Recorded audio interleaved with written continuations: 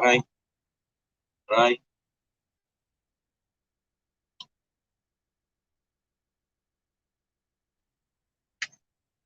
Oh.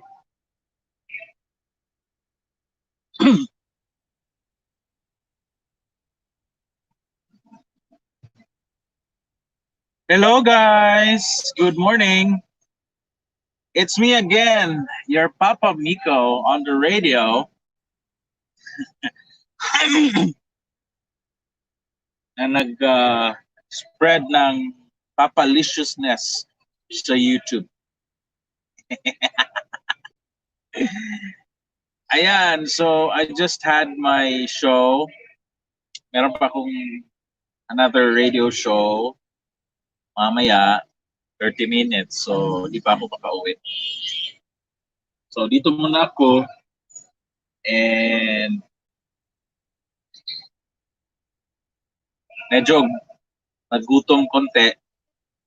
Medyo may medyo anong tawag niyan? Hindi pa ako nakapag-breakfast but I already had coffee. So I was looking for something healthy in the morning. And so I got this. Ta-da!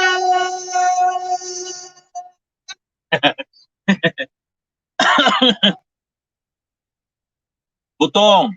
Napangga. Butong sa Magandang Sabado.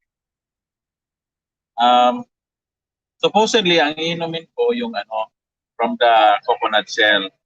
Kaya lang yung pag-open ng coconut shell, na-open siya. So,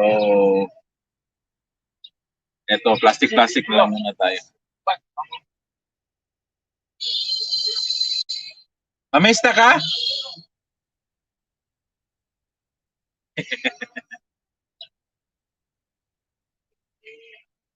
Hi, Natayan. Good morning sa'yo.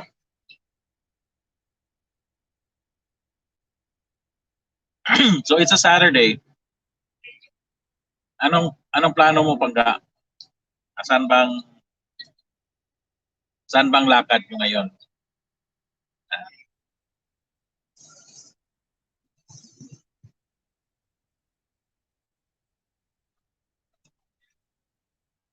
Oy hala, 8:24 tapos gising na si Inatayan. Bongga. Bongga bells.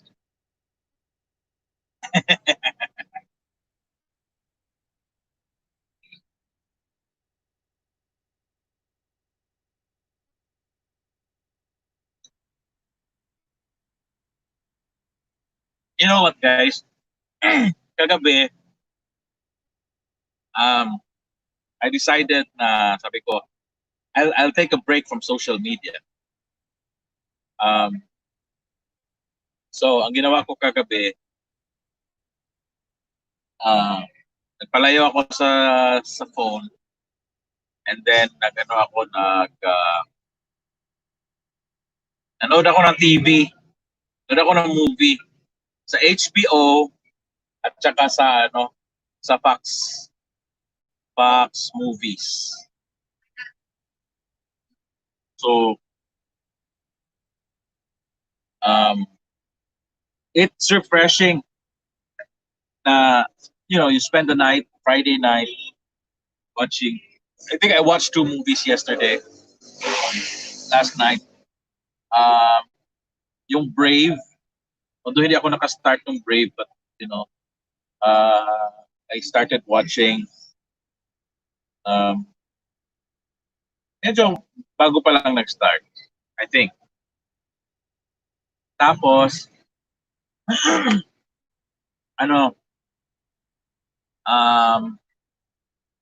pagkatapos ng Brave,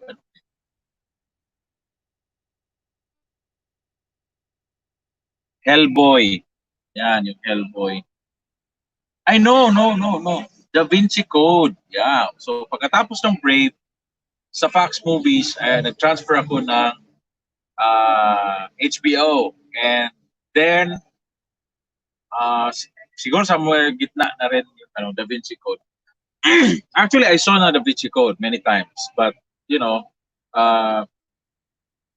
with the so many social media, sa YouTube ka, nasa Facebook, Twitter, all the news, COVID. So, medyo nakaka-stress. And so, sabi ko, maganda siya pag, to distress. Kasi ako talaga, guys, ang, how do you call that? Yung stress reliever ko, ever since. This actually started back nag-start siya sa high school, nag-continue siya sa college, but nung time na I started earning, doon talaga yung, yung go. Ang number one distressor ko is movies. So I go to movie houses, cinemas to watch movies. And na-stop lang siya I think 2 years ago. Hindi na ako nakapasok sa movie house. Yeah, ever since. So, nag-stop siya 2 years ago. So, I just rely on HBO, downloaded movies na binibigay. So, it's always, it's always a good thing for me na when I watch movies. Para bang, especially mga like the Da Vinci Code thing, the level ng adventures, yun yung mga favorite ko. Because somehow for that like 2 hour or 1 hour kapid, I bring myself to the movie. I bring myself to yung scene, ng story, ng plays, and everything. So somehow ma-relieve ako from all the stresses in life. So movies really is the go-to distressing, sometimes pain reliever ko. yung movies. In fact, ito information about me. I have tried that this was back in Mindanao. I traveled like 2 hours from where I was to Davao City. And then, pagdating ko ng Davao City, wala akong ibang ginawa but to watch movies sa isang mall the whole time. 3 movies, ladies and gentlemen. 3 movies all in one go. So, pagdating ko ng Davao, I think that was morning, I don't know, towards lunchtime. So I had lunch, and then timing din na ang daming magagandang movies. And sa Davao, like, I think SM Ecoland, yun. Yung ano tawag dito, yung van, sinasakyan ko from the city where I was, doon din sila magpa-park. Yun yung terminal nila. So, very convenient. So, pagdating doon, baba ako ng van, pasok ako ng mall, kain ako ng lunch. Okay? And I saw, actually, kasi maraming cinemas eh. So, I saw like 3 very good movies showing at the same time. So, after a quick lunch, punta ako ron, watch ako ng movie, and then I enjoyed the movie, and then sabi, that's like natapos siya ng 2:00. So lumabas ako ng movie house, and then I took a little, like, ikot-ikot ako saglit sa mall, and then pumasok ako sa pangalawang movie. Kalimutan ko lang kung ano yung mga movie titles noon, but yun. So pumasok ako sa pangalawang movie. So I won. Now, my target I think was dalawa lang. I think that was my target, to watch 2 movies in one go. But there were like 3 or three good movies na showing. So sabi ko, oh, tingnan na natin yung time. So nung after the second movie, medyo I felt dizzy konti. So medyo ano na, parang I wasn't feeling, hindi naman sick, but I was not feeling normal. So sabi ko, ina, uwi na siguro ako kasi ano, nakakapagod na siguro sa eyes, like that. So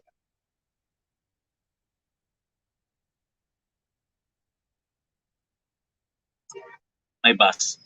So what happened was, ikot ako, sabi ko, sige, uwi na lang ako. So I would spend another 2 hours na pauwi ng doon sa city namin. Pero yung movie, guys, was really something na parang watch me, watch me, watch me, Nene, watch me, Nene. So, yun yung nangyari. Yun yung nangyari doon na ano, na um, anong tawag nito? Uh, I watched the third movie, guys. No? So I just found myself, lining up kasi um, hindi mo man talaga yan maano, hindi mo man talaga yan yung sunod-sunod kasi minsan um, matatapos yung isa, yung pangalawang movie nag-start na, di ba? So sometimes may mga isang oras or like 45 minutes, pinaka short siguro 30 minutes na parang in between na magsa-start na naman yung yung yung movie sa kabilang theater. So yung from the second to the third, medyo ano yun, mahaba yun. Because I was saying na parang ayoko na. Pero yung a movie buff like me, um, sabi ko, no, no, I have to try this and I have to watch this movie. So ayun, I watched the third movie, in one day, in one go. No? Dami kong pera noon. 4 movies pa. So, kasi ano na yun mga 150 yata, 150, 120 yung movie. 100. So, yun. So, I watched the whole 3 movies in one go. So, obviously, pagkatapos ng third movie, I was really so dizzy. Sakit sa mata, medyo nasusuka konti, pero I enjoy 3 movies, guys, in one go. That happened in Davao City. So ganun ako, and then usually every weekend, since merong mga movie houses, but yung mga movie houses pa na hindi siya well maintained doon sa city where I was working and I was staying. So I really pushed myself to go to Davao City.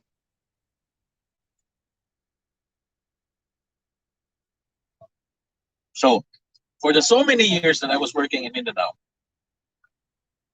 yun yung isa sa mga yun yung isa sa mga sabi natin bisyo. I go to Davao, I spend 2 hours going there, 2 hours coming back, just to watch movies. Yeah, I'm not the shopping person. No, you're not. I'm not the guy that who goes out to shopping. I only shop when I need someone. Someone. I need something. Especially pag meron akong mga hosting gig, meron akong wedding na i-host, meron debut, tapos wala akong bagong masuot. No? So like if I feel na, para pabalik-balik, paulit-ulit na lang yung mga suot ko. So, and especially if mayroong mga requirements, yun. I go to Davao, kung wala doon sa city, so I go to Davao and and buy, long sleeves. Pero hindi talaga yan mawawala yung I was so engrossed. Parang bisyo ko talaga. Especially when I hear na may mga nice na mga movies. Kayo, how do you spend your Saturdays? Of course, during this pandemic, iba na talaga. You cannot do the things you wanted to do.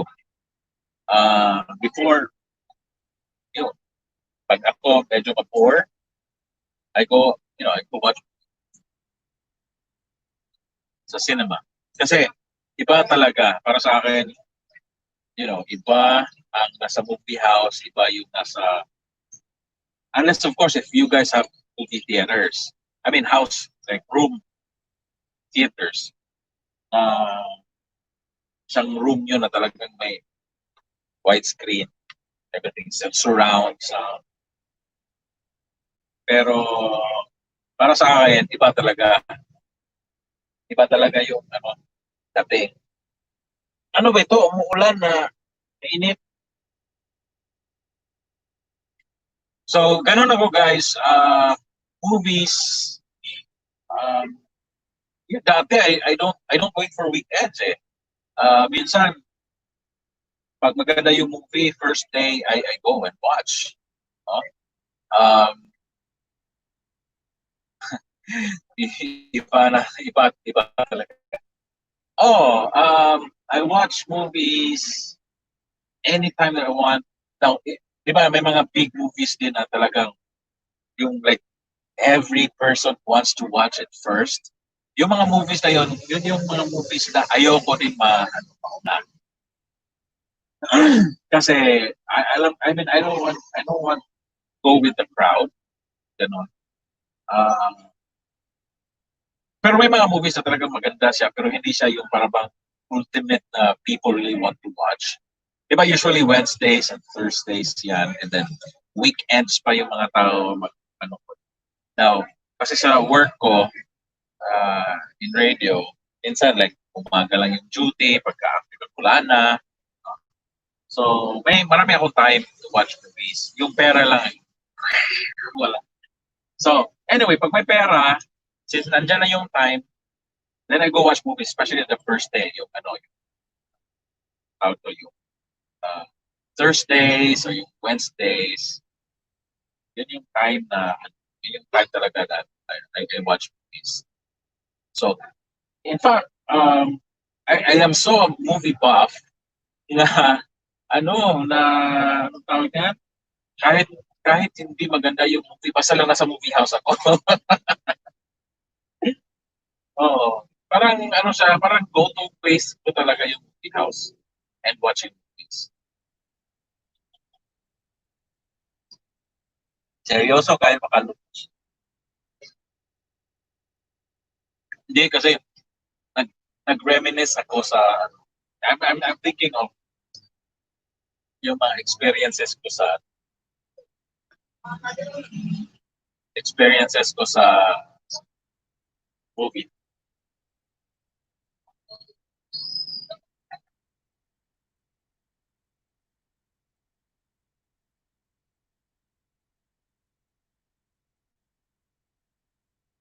Nami ang motong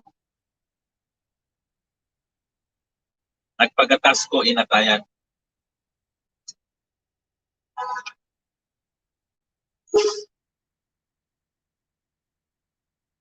Nagpagatas kong iba.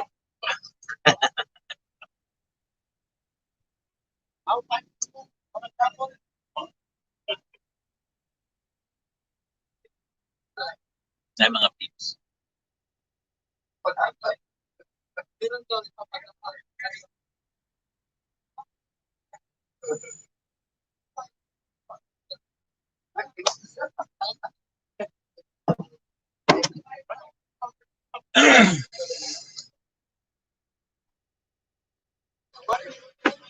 Sana all taas o ilong.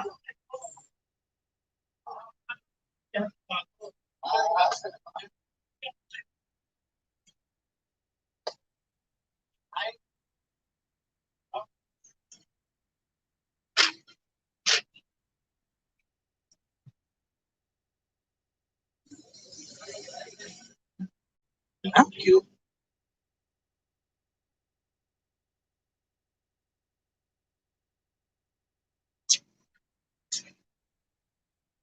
Okay, now it's time for me to ask you guys, ano ba yung nyo? Ano yung Saturdays nyo? What is your Saturday? What Saturday be like? Tama ba? What Saturday be like?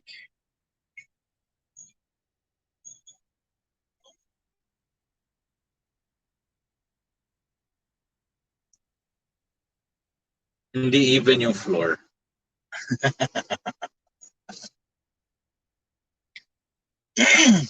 So I'm just getting ready for ano, not necessarily getting ready, pero I'm just waiting for yung mga kasama ko sa Pigula. Pagka naman, Pigula,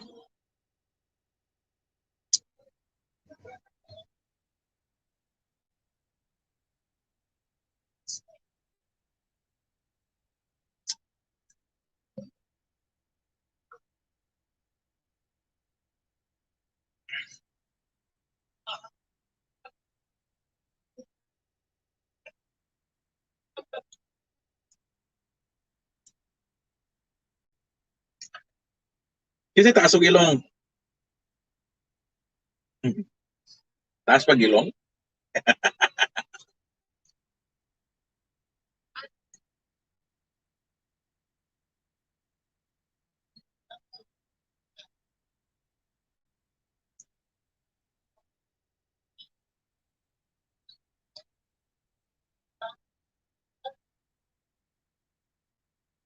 If I should love again and I find someone new, it would be make believe, or in my heart, it could be you.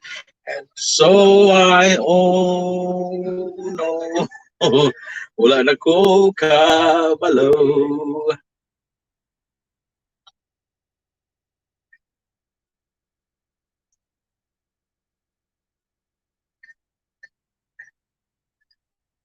Parang wala akong earphones.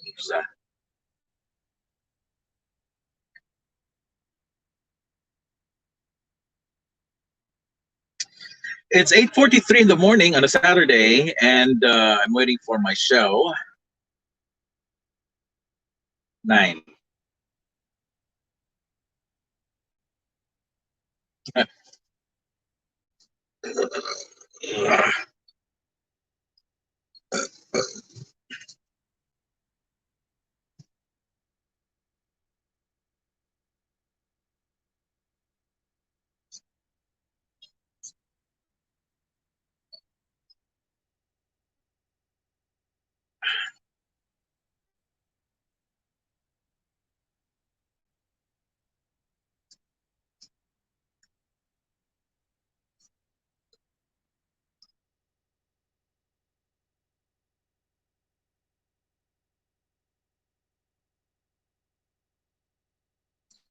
From where I am, Kenai Highway, just right in front of me, the National Highway.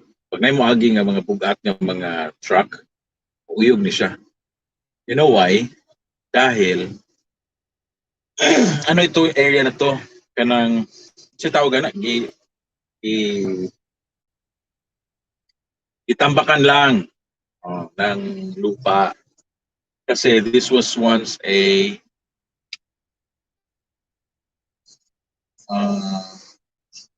rice field. Then himong bakahan and then ngayon i-develop nila. So itambakan nila o yuta is the whole area hanggang doon. So every time like ito, hindi, ano lang siguro siya. May, pag may dadaan na 10-wheeler na may laman, especially yung mga magdadala ng bato, mga quarry materials, tsaka yung mga container vans,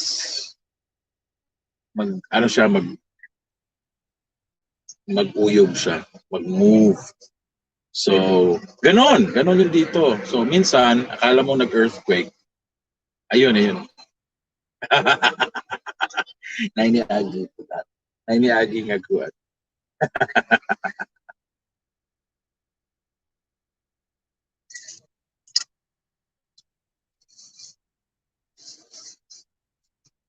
Totoo ba na yung buko juice nakakapag kakagatas? Nakapa kapagatas? Oy, Inatayan, kumusta yung audio ko pala?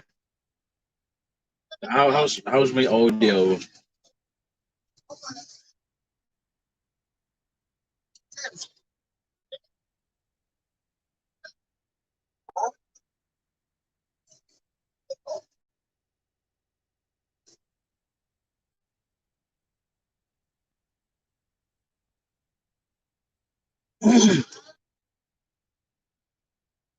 I think may gagawing trabaho dito sa kasi may mga tips na dumating.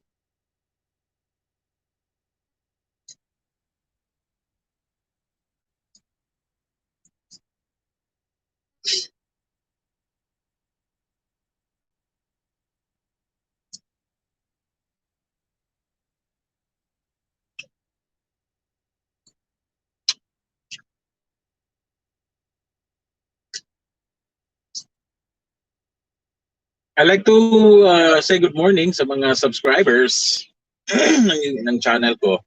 Maraming salamat. Sana dadami pa tayo. Time mood ka.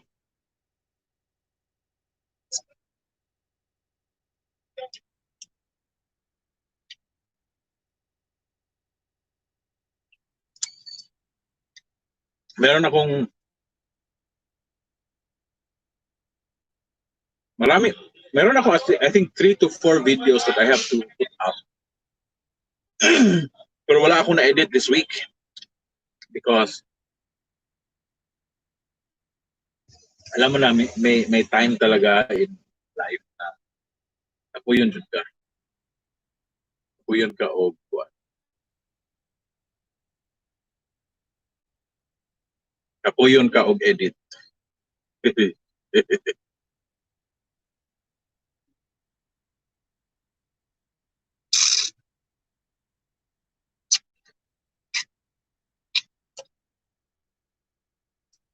So I don't know if you've tried that or you experienced that. Siguro sa mga naka-monetize na sa YouTube, nagiging na nila 'yon. Pang drive. Kasi itong YouTube, guys, parang radio to eh. I could very well see it. Yung bang sa radio kasi, pag bago ka pa sa radio, bagong hire ka, bagong DJ, grabe yung fire mo talaga. But as you go along, like maybe like a year sa radio, ayun, you'll feel na apoy na.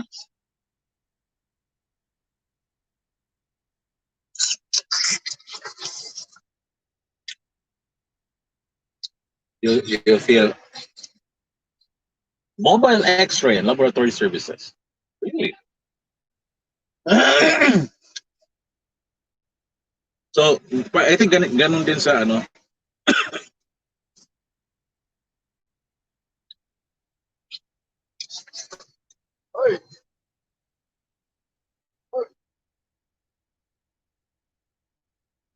I think ganun din sa YouTube.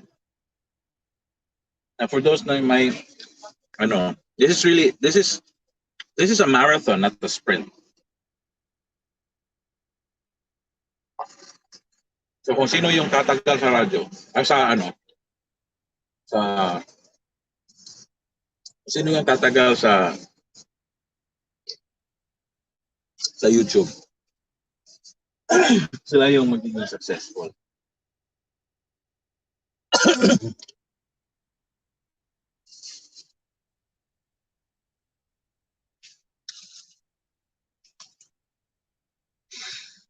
So, yun yung observation ko, guys, sa excuse me. Yun yung observation ko sa YouTube.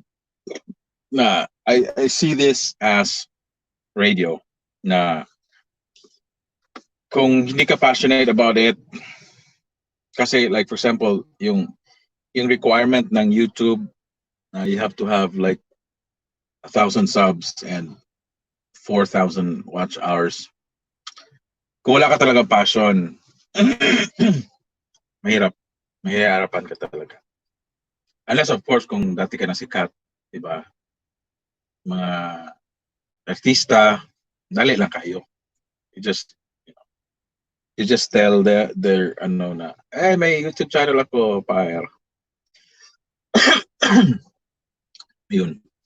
So, ganon, no? So it has to be, you have to be passionate about, what you're doing. Kasi sa YouTube, hindi siya basta-basta. Hindi lang yung, meron kang isa, dalawa, tatlo, lima, 10 videos and then expect ka na mag-monetize. No, you really have to work for it. And personally, hindi ko pa, yung passion ko sa radio, especially, my radio before. I mean, I still have the passion for radio. I love radio. Radio is really my life. It's like, what? 20 years na rin ako siguro sa radyo. So, half of my life was spent on radio. Almost, I think. Tapos, hindi ko nakikita yung passion ko. I mean, yung level ng passion ko sa radyo dito sa YouTube. But I'm going there. May mga nafi-feel na ako na yung interest, yung excitement, no? But that's why ako nagla-live ako ngayon because just like radio before, yun yung mga yun yung mga ginagawa namin na we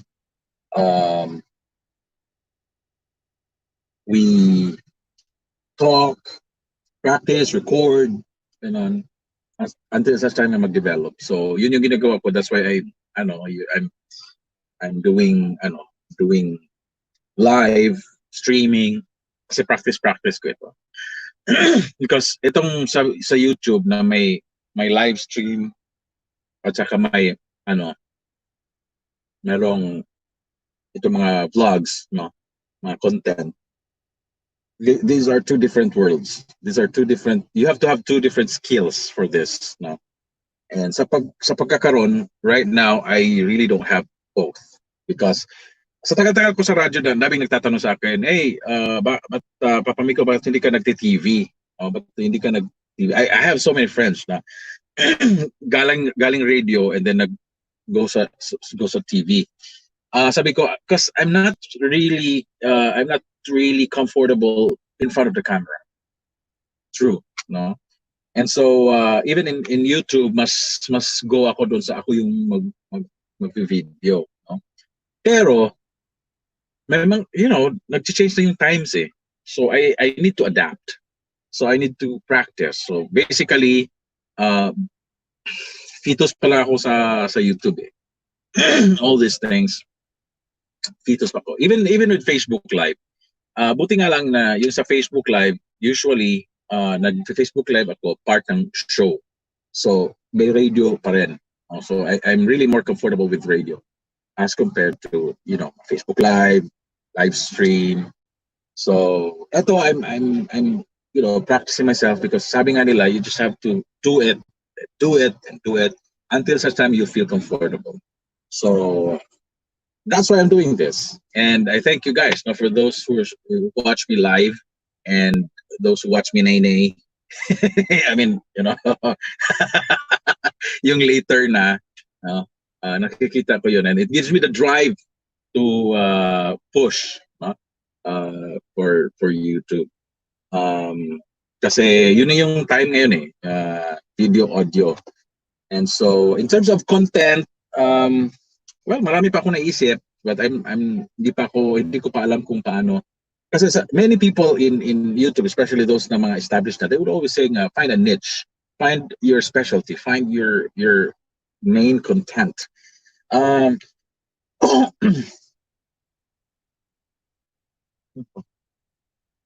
Worm. Okay, so sa ngayon hindi ko pa talaga alam which which which part in terms of like ano ba yung content ko. So hindi ko pa alam, hindi ko pa knows, hindi ko pa ano siya, hindi ko pa talaga kasi sa radyo kasi more on the talking eh. So dito ako medyo ano lang sa ngayon comfortable. But in terms of like vlogging, if you look at my vlog, it's really wala pa talaga. Pero may na ano din ako, na watch din ako ng mga YouTube videos na nagsasabi na go lang. And I'm more inclined to listening to them. Na para bang sige lang. If you fail, in fact, your success will